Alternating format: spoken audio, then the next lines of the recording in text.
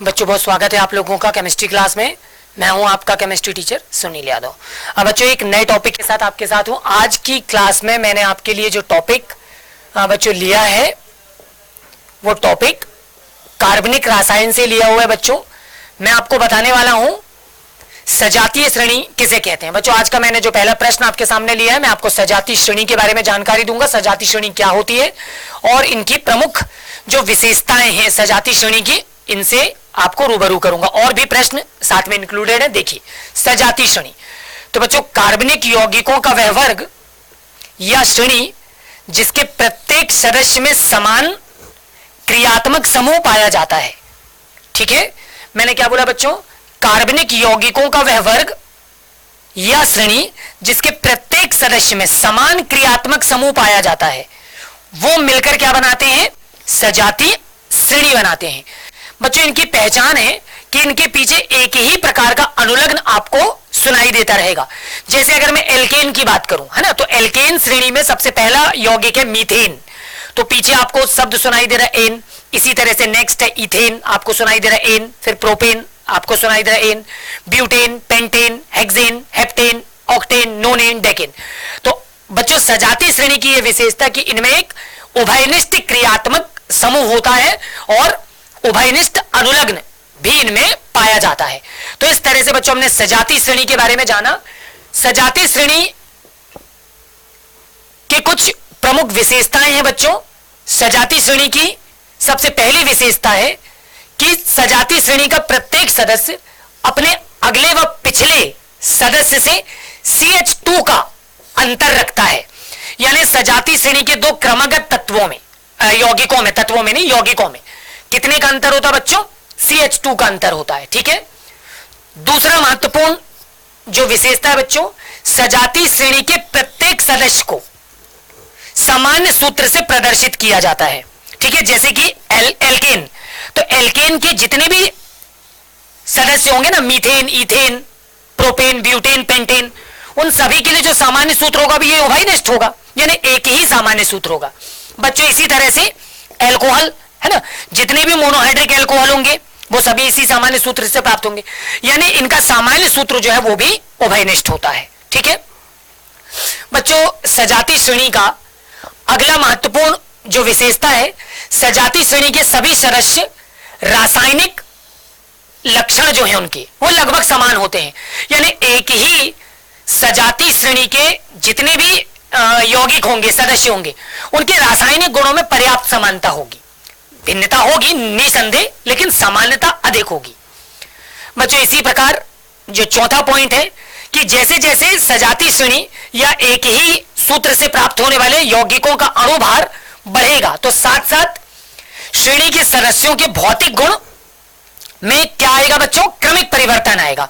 यानी अगर सजातीय श्रेणी एक ही सामान्य सूत्र से जो आपने सजातीय श्रेणी प्राप्त की है, अगर ऐसे सदस्यों का अणुभार जो द्रव्यमान है अगर वो तेजी से बढ़ना स्टार्ट हो जाएगा, तो बच्चों भौतिक गुणों में क्रमिक परिवर्तन आएगा, यानी उनके रंग रूप, उनकी बनावट, उनकी संरचना में परिवर्तन दिखाई देना प्रारंभ हो जाएगा। ठीक है बच्चों, पांचवी और महत्वपूर्ण विशेषता है कि सजातीय श्रेणी के दो क्रमगत यौगिकों को अगर आप लेंगे और उनके द्रव्यमान निकालेंगे, तो उनके द्रव्यमान में बच्चों हमेशा आपको 14 एटॉमिक मास यूनिट, 14 AMU का अंतर आपको देखने को प्राप्त होगा। ठीक है, तो बच्चों इस तरह से आज मैंने आपको सजातीय श्रेणी की जानकारी दी। अगला प्रश्न जो मैंने आपके सामने ले रखा है बच्चों, वो है प्रतिस्थापन अभिक्रिया किसे कहते हैं और इसके लिए उदाहरण। बच्चों प्रतिस्थापन अभिक्रिया में समझिए वह रासायनिक अभिक्रिया जिसमें अणु की संरचना में बिना परिवर्तन के उसका एक जो परमाणु है या परमाणुओं का जो समूह है के द्वारा दूसरे के द्वारा क्या हो जाता है? उसका विस्थापन हो जाता है। ठीक है ना, आप उदाहरण से बहुत अच्छी तरह समझ पाएंगे। बच्चों मैंने उदाहरण के तौर पर यहां पर मीथेन की क्रिया क्लोरीन के साथ कराकर दिखाई है। बच्चों ये सबसे पहले जो यौगिक है ये मीथेन है। ठीक है, और इसकी क्रिया मैंने क्लोरीन के अणु से कराई है। तो बच्चों क्या होगा? मीथेन में एक कार्बन, इसके साथ ये 4 हाइड्रोजन संयोजित है एकल बंध के द्वारा। ठीक है, इस तरह से बच्चों सबसे पहले क्या होगा? एक हाइड्रोजन का परमाणु एक क्लोरीन के परमाणु से संयोजित होगा और ये मिलकर हाइड्रोक्लोरिक अम्ल बनाकर सबसे पहले क्या हो जाएंगे? निकल जाएंगे। बच्चों शेष ये एक शेष क्लोरीन रह जाएगा जो उसके स्थान पर जाकर जुड़ जाएगा और इस तरह से आपको एक कंपाउंड प्राप्त होगा HC, फिर इस पर आ गया ये Cl, फिर एक H और इस तरह से ये एक H। ये कंपाउंड बन गया बच्चों आपका।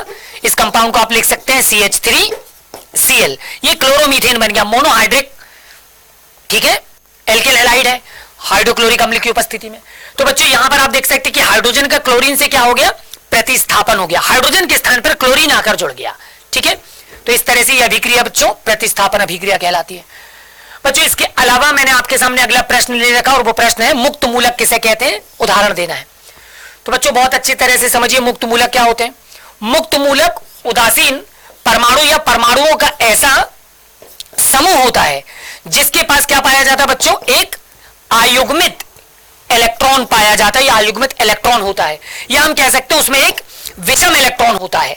विषम इलेक्ट्रॉन मतलब आयुग्मित, ठीक है ना। अब इसको समझने के लिए और बहुत अच्छी तरह से ये भी याद रखिए बच्चों कि ये जो मुक्त मूलक प्राप्त होंगे ये तीव्र क्रियाशील होते हैं, यानी ये सेकंड के 100वें हिस्से में ही इतने ज्यादा तीव्र क्रियाशील होते हैं कि ये सेकंड के 100वें हिस्से में ही रासायनिक क्रिया को कंडक्ट कर देते हैं, परफॉर्म कर देते हैं। यानी इतनी तेजी से ये क्रिया होती है इनकी क्रियाएं कि हम उसको साधारण आंखों से, नग्न आंखों से नहीं देख सकते, ठीक है बच्चों। इसके लिए उदाहरण देखिए बच्चों। उदाहरण के तौर पर मैंने आपको क्लोरीन का एक अणु लिया हुआ है और मैं आपको यह बता रहा हूं कि जैसे ही हम इसको सूर्य प्रकाश की उपस्थिति में रखेंगे बच्चों, अल्ट्रावायलेट रेस की उपस्थिति में, ये अपने साजे के इलेक्ट्रॉन लेकर इस तरह से ये अलग हो जाएंगे और ऊर्जा युक्त मुक्त मूलक प्राप्त होगा।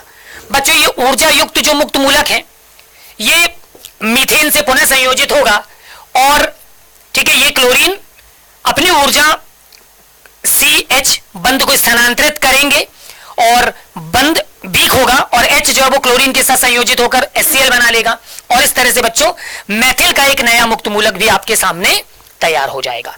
यानी मैथिल मुक्त मूलक पुनः आपके सामने मिल जाएगा आपको, ठीक है। तो बच्चों इस तरह से हमने आज की क्लास में कुछ महत्वपूर्ण प्रश्नों के बारे में जानकारी ली। ऐसे ही कुछ और भी प्रश्नों के साथ आपसे पुनः मुलाकात होगी, तब तक अपना ख्याल रखिए।